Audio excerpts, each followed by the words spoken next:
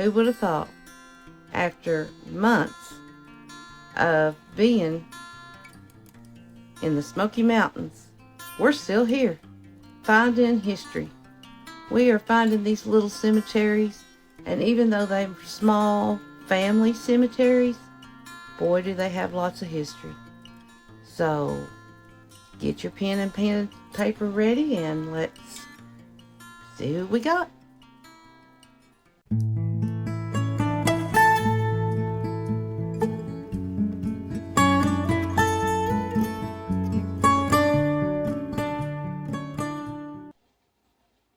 Hey guys, welcome back to Appalachian Cemetery Hunting.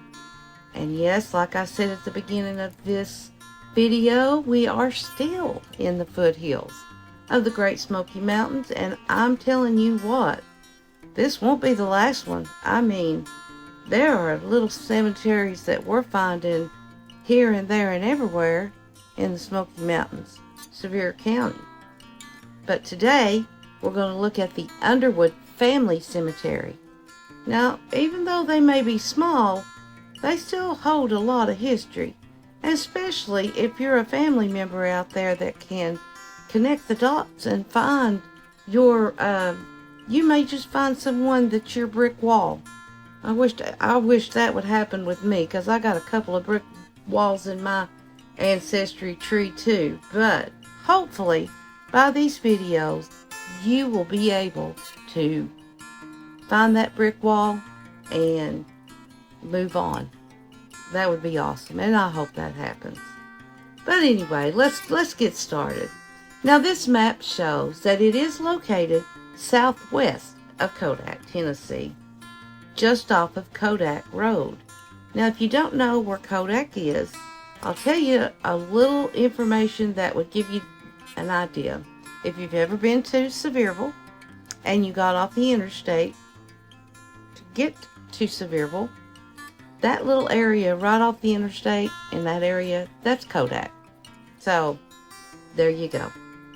But anyway, the oldest burial that we could find was 1853.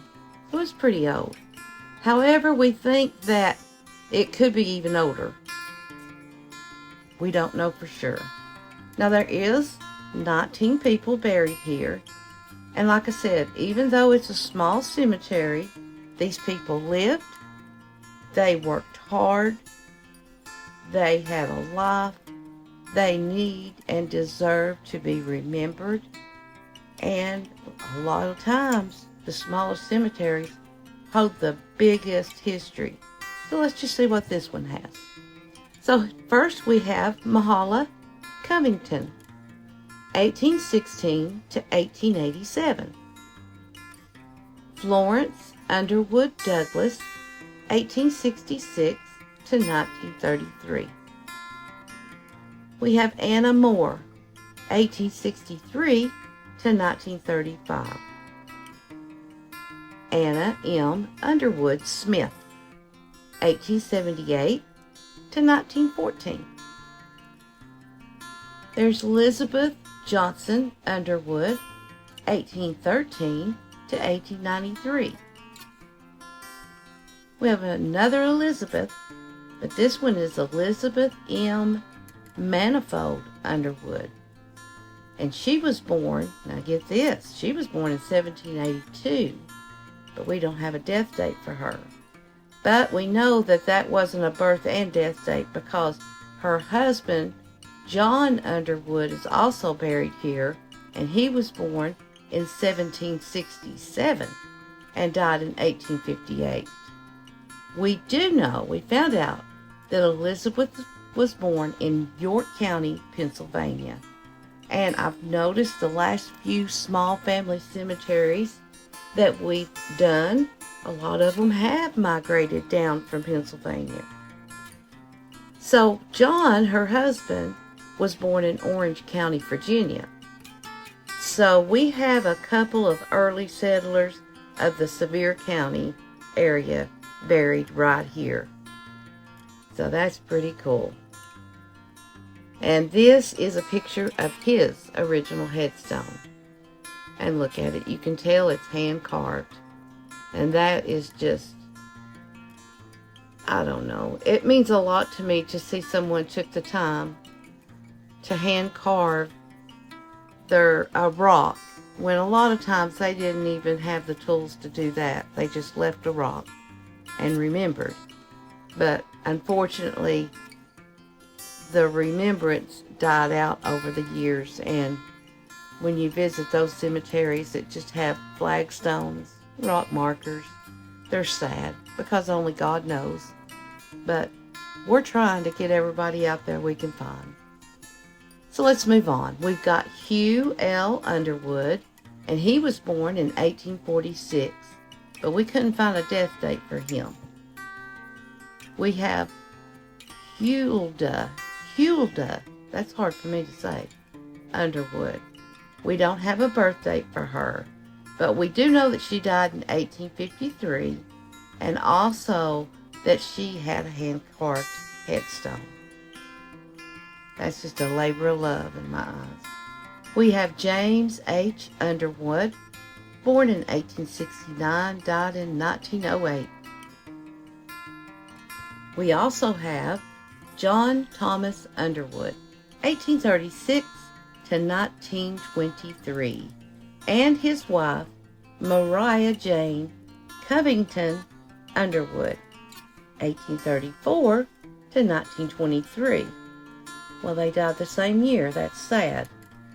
They were charter members of the Beach Springs Baptist Church when it was organized on May the 12th of 1883.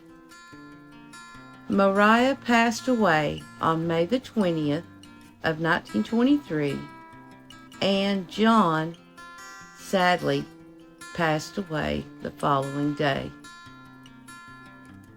That we see that a lot, that they've either passed away the same day or very close to the same day.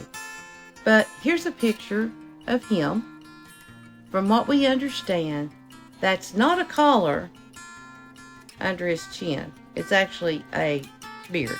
So he had a chin beard or a neck beard, whatever you want to call it. But that's the way they do. And then we also have a photo of Mariah. Look at that. Next we have Martha Maddie McNutt Underwood. And I told you that McNutt name is very common here in Knox County, Tennessee. They was, I guess, outstanding people who fought in many wars. Anyway, it was 1851 to 1928. And beside her is her husband, Samuel Underwood, 1848 to 1925. And now we have Mitchell Henderson Underwood, 1885 to 1944. We don't have a photo of his grave though, but we did do some research and found out that he was a deputy sheriff. Next is Thomas Underwood, 1804 to 1888. Thomas B. Underwood, 1860 to 1910. W.F. Underwood, September of 1862 to August of 1863.